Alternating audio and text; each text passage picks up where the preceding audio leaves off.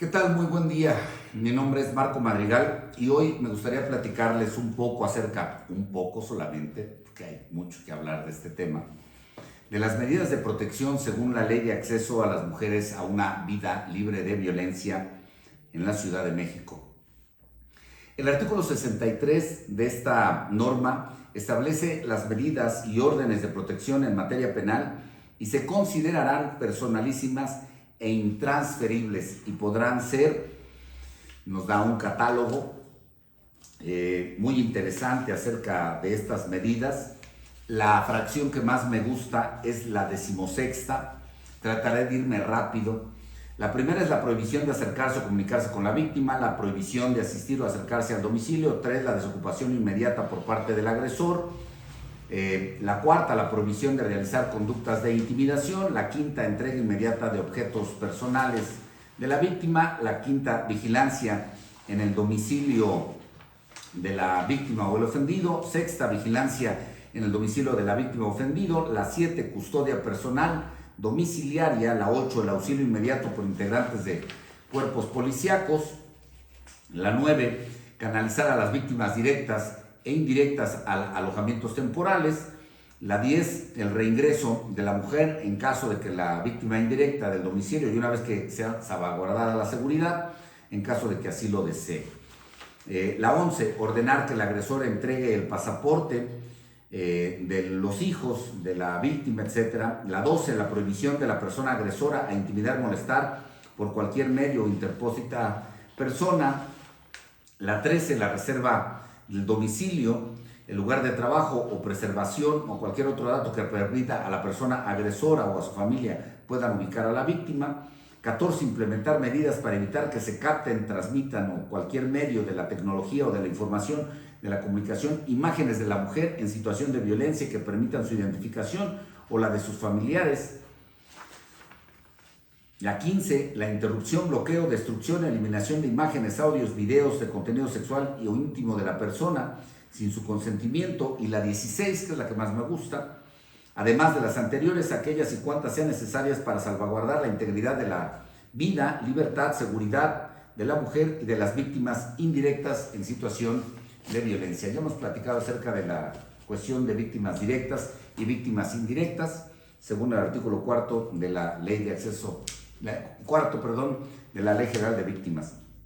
Si se dan cuenta, la diferencia entre el catálogo de medidas de protección que establece el Código Nacional y la que establece esta Ley de Acceso a las Mujeres a una Vida Libre de Violencia, me parece que radica esencialmente en la fracción 16. Esto es, el Código Nacional no prevé más medidas que las que establece ese cuerpo normativo, mientras que la Ley de Acceso a las Mujeres a una Vida Libre de Violencia establece, además del catálogo, todas aquellas que sean necesarias para cumplir con la finalidad, que es detener o hacer cesar todos los actos de violencia, incluso prevenir todos los actos de violencia de que pueden ser sujetos las mujeres, hombres y niños, que también pueden ser víctimas indirectos.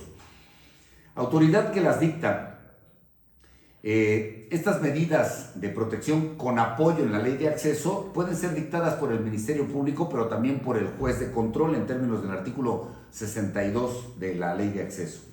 En el caso de que el Ministerio Público o el órgano jurisdiccional competente considere la existencia de extrema violencia y urgencia, podrán implementar de manera directa e inmediata las medidas de protección necesarias para salvaguardar la vida, integridad, libertad y seguridad de las víctimas sin condicionarlas a la iniciación de una denuncia. Por alguna razón, ha tocado y me ha pasado en varias ocasiones que cuando se solicitan medidas nos remiten a que se tenga que iniciar una carpeta de investigación. No es necesario, ya vimos el artículo de la Ley de Acceso. Forma de solicitarla. No hay una forma legal para solicitarlas, no hay ningún serie de requisitos para poderla solicitar. Se realiza por comparecencia ante el Ministerio Público o de hecho se puede solicitar por la víctima o su asesor jurídico de manera específica o pedirse de manera genérica. Sin embargo, para el caso de que se solicite directamente ante el juez de control, es pertinente, lógico y útil proporcionar al menos algunos de los elementos necesarios. Esto es, cuál es el nombre del agresor, cuál es el hecho que se generó, cuáles son las medidas que estamos solicitando, cuál es el domicilio del agresor, dónde puede ser notificado, etcétera, etcétera. Tiempo para solicitarlas: desde antes de iniciar la denuncia o la querella, durante la investigación, durante el proceso e incluso después del proceso. Hay que recordar que no hay una condición de iniciación de denuncia en términos del párrafo sexto del artículo 63 de la Ley de Acceso. En el caso de que el Ministerio Público o el órgano jurisdiccional competente considere la existencia de extrema violencia o urgencia, podrán implementar de manera directa e inmediata estas medidas de protección, sin condicionarlas a la iniciación de una denuncia. No se pierda de vista. ¿Quiénes pueden solicitarlo? Según las fracciones 12 y 13 del artículo 3 de la Ley de Acceso, del acceso a las mujeres a una vida libre de violencia para la Ciudad de México, para no estarlo renombrando y renombrando, estas fracciones nos dice que la víctima, la mujer de cualquier edad que sufra algún tipo de violencia, la víctima indirecta, que es la fracción 13, que son los familiares de la víctima o personas que tengan o hayan tenido relación o convivencia con la misma y que sufran o hayan sufrido o se encuentran en situación de riesgo por motivo de la violencia ejercida en contra de las mujeres. Artículo 69. Las medidas u órdenes de protección podrán ser solicitadas por la víctima o cualquier persona que tenga conocimiento del riesgo en que se encuentre la integridad física o psicológica, la libertad o seguridad de la víctima y víctimas indirectas. Tiempo que tiene la autoridad para pronunciarse.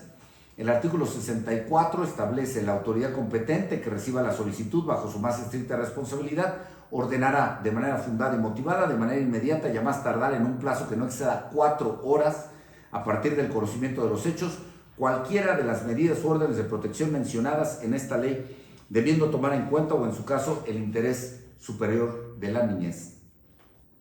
Tiempo para la audiencia de ratificación, modificación o cancelación de las medidas. El artículo 65 de esta ley nos dice que dentro de los siguientes 5 días se tendrá que señalar esa audiencia y solo las medidas previstas en las fracciones 1, 2 y 3. Las demás deben de quedar de facto ratificadas. La temporalidad de las medidas de protección. Según el artículo 66 de la Ley de Acceso a las Mujeres a una Vida Libre de Violencia de la Ciudad de México, son permanentes con revisión trimestral. El artículo también 66 nos dice que las medidas de protección serán permanentes en tanto el riesgo persista. Se mantendrán vigentes con una revisión trimestral que justifique su permanencia para salvaguardar la vida, integridad, libertad y seguridad de las mujeres y niñas en situación de violencia, así como de las víctimas indirectas en situación de riesgo. Reforzamiento de las medidas. En caso de incumplimiento de las medidas de protección otorgadas en un primer momento, a diferencia del Código Nacional de Procedimientos Penales, esta legislación prevé la posibilidad de solicitar medidas de reforzamiento, esto es, dictar otras medidas de las contempladas en el artículo 63 que resulten ser idóneas y eficaces tras el incumplimiento de las medidas incumplidas inicialmente.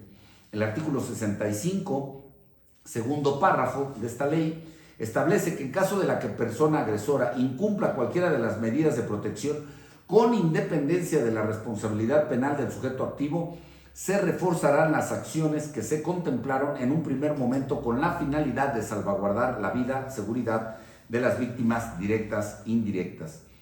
Conclusión de estas medidas de protección. Solamente hay una fórmula.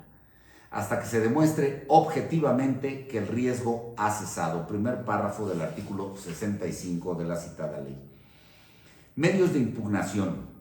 Contra el acuerdo del Ministerio Público que las dicte, procede el amparo sin que sea dable conceder la suspensión. Ya lo dijimos en alguna otra ocasión porque viola el interés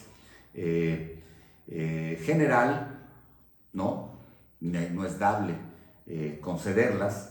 Contra el acuerdo del Ministerio Público que niega las medidas, procede el amparo y si es procedente conceder la suspensión en términos del artículo 107, fracción quinta de la Constitución en relación con el 147 de la Ley de Amparo, y lo mismo acontece con los acuerdos dictados por el juez de control. Pues esto ha sido todo, espero que les haya gustado y les haya sido útil. Mi nombre es Marco Madrigal, me despido de todos ustedes.